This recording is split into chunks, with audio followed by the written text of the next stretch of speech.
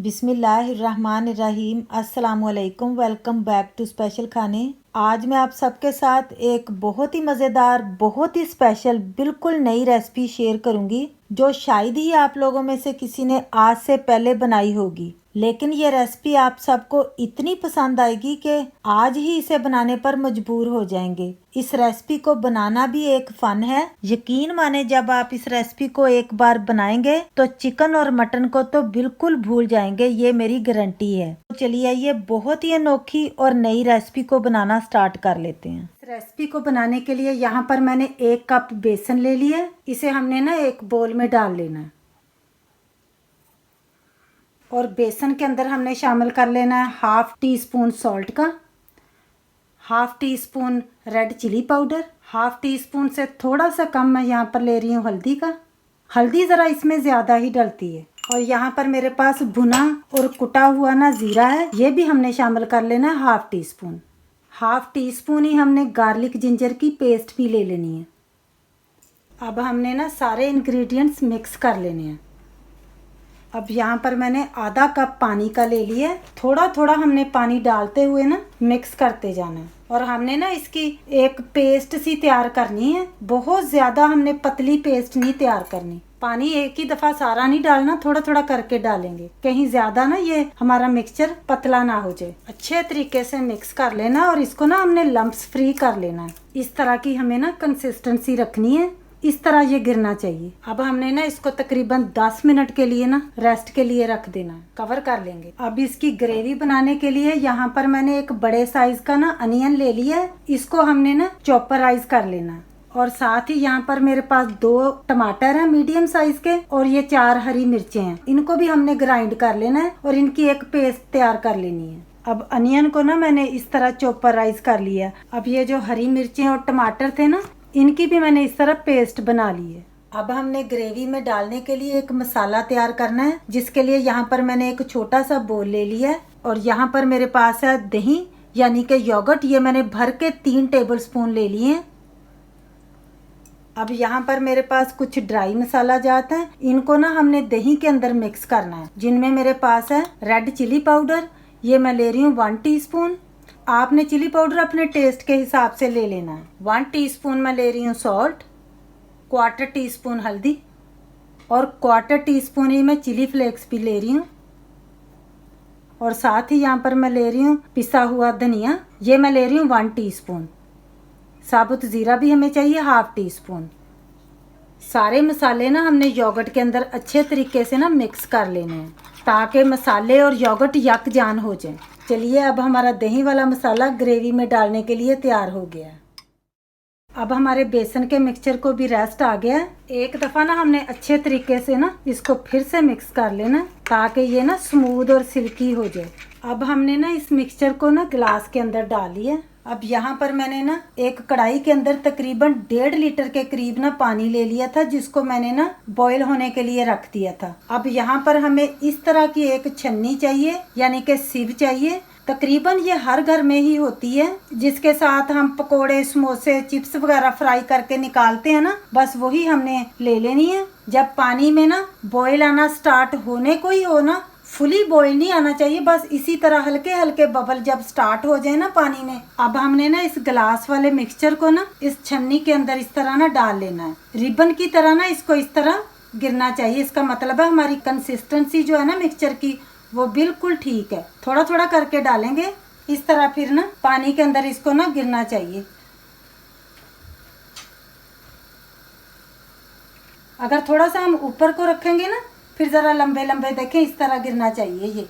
अभी हमने इनको ना बिल्कुल भी टच नहीं करना। जब 1 मिनट हो जाए ना, फिर हमने ना इसको इस तरह मिक्स कर लेना है। थोड़ी सी ना फिर ये इसकी जो हम शेप सी बना रहे हैं वो ज़रा हार्ड हो जाती है, फिर वो टूटने का डर नहीं रहता। इसलिए 1 मिनट के बाद फिर हमने ना इसको इस तरह चलाना है। थोड़ी थोड़ी झाग भी आप यहाँ पर देख सकते हैं। इसकी भी यही इंडिकेशन है कि ये हमारा जो मिक्सचर हमने डाला था ना सख्त हो गया और ये अब डन हो गया। तो हमने ना फिर इसको इसी तरह निकाल लेना। ज़्यादा हमें पकाने की इसको ज़रूरत नहीं है। इस तरह फिर हमने ना प्लेट में इसको फैलाते जाना। जल्दी जल्दी हमने सारा निकाल लेना है ताकि ये सॉफ्ट ना हो जाए। देखें माशाल्लाह सारी शेप्स जो है ना लंबी लंबी सी देखें, इस तरह आपको मैं दिखा देती हूँ स्पून में। अच्छे तरीके से ना हमने पानी में से सारा ही जो मिक्सचर डाला था ना उसको इस तरह हमने निकाल लेना। ये अब डन हो गए हैं। अब इसी तरह जो हमारा बकाया गिलास के अंदर मिक्सचर बाकी है ना उसको भी हमने इसी तरह बॉईल कर लेना है। ये जो सिवन है इसको हमने घुमाते जाना है, आहिस्ता आहिस्ता से रोटेट करते जाना। नीचे से आप देखें कि आपको नजर आ रहा होगा कि लंबे लंबे से ना सेब से निकल रहे हैं, ब्लॉब से निकलते जा रहे हैं।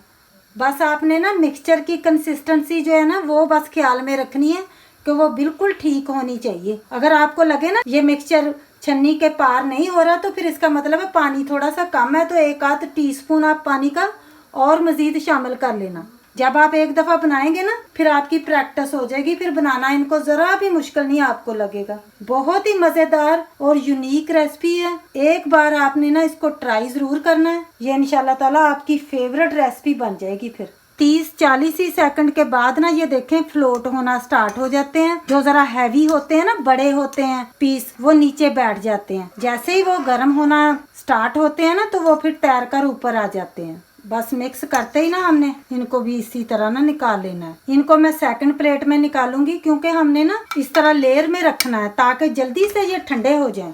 और हमने इनकी फिर ग्रेवी तैयार करनी है ना, तब तक ये ठंडे हो जाने चाहिए। अगर आपको लगे ना गर्मी है, पंखे के नीचे रख कर भी ठंडा कर सकते हैं और 2-4 मिनट आप इनको फ्रिज में भी रख सकते हैं। इसी तरह देखें सारे हमने ना निकाल लिए। जो छोटे छोटे पीसेस पानी के अंदर रह गए हैं ना उसकी आपने फिक्र नहीं करनी क्योंकि ये पानी हमने डिस्कार्ड नहीं करना, इसको हमने अपनी ग्रेवी के लिए ना यूज करना है। अब हमने ना फ्लेम को ऑफ कर लेना।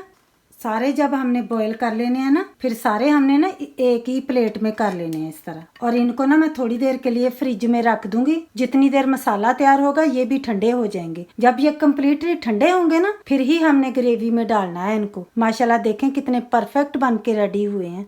अब ग्रेवी को तैयार करने के लिए यहाँ पर मैंने कुकिंग पैन ले लिया है। फ्लेम को मैंने ऑन कर लिया है मीडियम पर। सबसे पहले यहाँ पर मैंने लिया कुकिंग ऑयल। ये मैंने आधे कप से ना थोड़ा सा ज़्यादा लिया है। जब ऑयल हमारा गर्म हो जाए ना तो ये जो हमने अनियन को चॉपराइज करके रखा था ना इसको हमने शामिल कर लेना है। अब हमने ना अनियन को फ्राई करना है।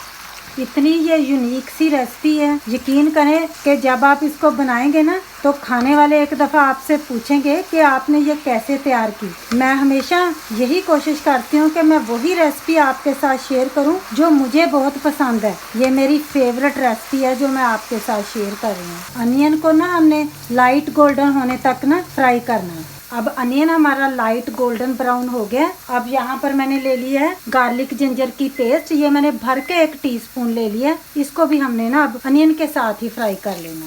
जब गार्लिक जिंजर में से भी अच्छी सी खुशबू आने लगे ना तो फिर हमने थोड़ा सा ना पानी शामिल कर लेना।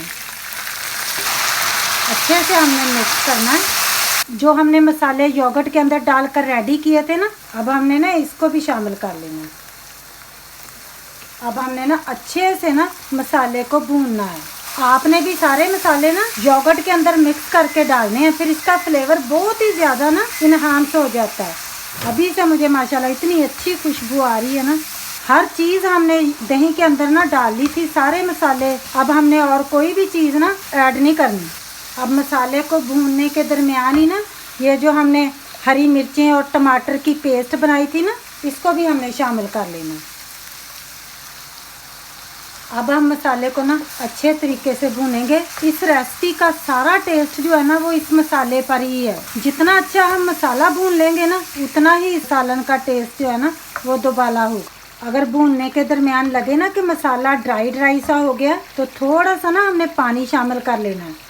अब मसाले को हमने बहुत अच्छे तरीके से ना तकरीबन 10 मिनट के लिए भून लिया। ऑयल भी सरफेस पर नज़र आ रहा है और ये बिल्कुल स्मूथ हो गया है। अनियन सेपरेट और मसाले सेपरेट नहीं है, बिल्कुल ये यकजान सा हो गया। बस इसी तरह का ना हमने मसाला तैयार करना है। तो अब हमने ना इसके अंदर ग्रेवी के लिए ना पानी शामिल करना है। पानी हम वही शामिल कर रहे हैं जो बॉयल वाला पानी हमारे पास बचा था ना उसी को हमने डालना है। इसके साथ बहुत ही अच्छा ना फ्लेवर आएगा।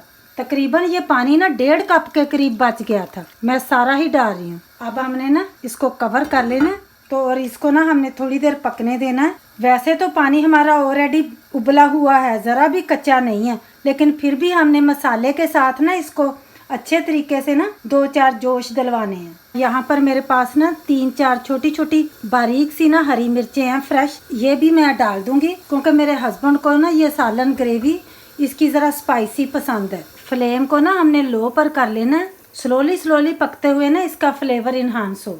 अब यहाँ पर ग्रेवी को भी पकते हुए ना तकरीबन 5 मिनट्स हो गए हैं। माशाल्लाह देखें कितनी प्यारी लग रही है।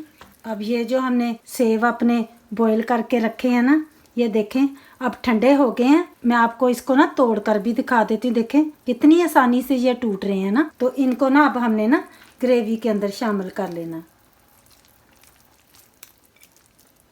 अब हमने थोड़ा सा ना फ्लेम को मीडियम पर कर लेना और इसको भी हमने ना 2-4 उबाल दिलवा लेने हैं ग्रेवी के साथ। कुछ बड़े बड़े पीसीज भी हैं, कुछ ज़रा छोटे छोटे से भी हैं। इतनी ये यूनिक रेसिपी है ना, एक दफ़ा इसको ट्राई करना तो ना बनता है।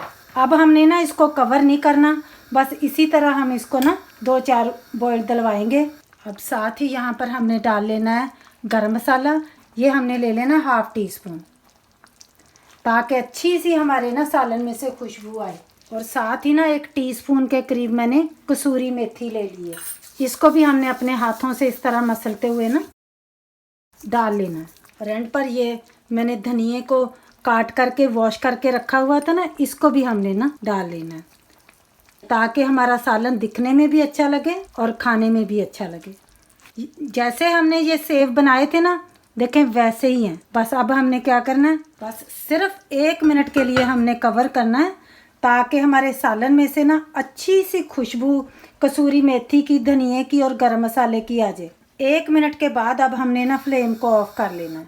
और मैं अब आपको ना इस सालन को डिश आउट करके भी दिखाती हूँ। माशाल्लाह देखें, आप इसको रोटी के साथ खाएं, पराठे के साथ खाएं या फिर उबले हुए चावलों के ऊपर डालकर भी खाएं, तो बहुत ही मज़ेदार ये आपको सालन लगेगा। अगर आपको आज की ये मेरी रेसिपी पसंद आई है तो प्लीज़ फीडबैक अपना ज़रूर देना और ज़्यादा से ज़्यादा ना इस रेसिपी को शेयर भी कर देना, ताकि जितने भी लोग इसको देखेंगे ना वो भी हमारी तरह एंजॉय कर सकें। अब मुझे दीजिएगा इजाज़त, फिर मिलेंगे इंशाल्लाह ताला मेरी एक बहुत ही ख़ास रेसिपी के साथ। तब तक के लिए ढेरों दुआओं के साथ अल्लाह हाफिज़।